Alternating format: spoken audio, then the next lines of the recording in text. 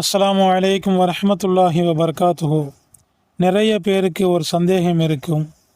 நாம் பள்ளிவாசலில் ஜமாத்தா தொழுகும்போது இமாம் ஏதாவது சின்ன தப்பு பண்ணிட்டா, இல்லை அவரோட கவனக்குறைவால் ஏதோ ஒன்று நடந்துட்டா நாம் தொழுத தொழுகை ஏற்குமா, இல்லை நமக்கும் அந்த பாவம் வந்துடுமா?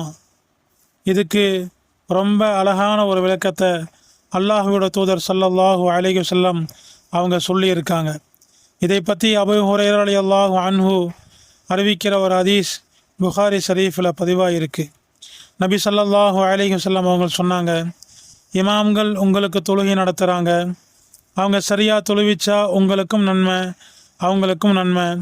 ஒருவேளை அவங்க தப்பு செஞ்சால் நீங்கள் சரியாக தொழுதுனால உங்களுக்கு அந்த நன்மை கிடச்சிடும். ஆனால் அந்த தப்போட பாதிப்பு அவங்கள மட்டும்தான் சேரும். அதாவது நம்ம ஜமாத்தா தொழுகும்போது இமாமோட தவறுகளுக்கும் நாம் பொறுப்பாக மாட்டோம். நம்ம நெய்யத் சரியாக இருந்தால் நமக்கான முழு நன்மையும் அல்லாஹ் கொடுத்துடுவான். அதனால் இமாம் தப்பு பண்ணிட்டாரேன்னு இனி கவலைப்படாமல் உங்கள் தொழுகையில் முழு கவனத்தை செலுத்துங்க.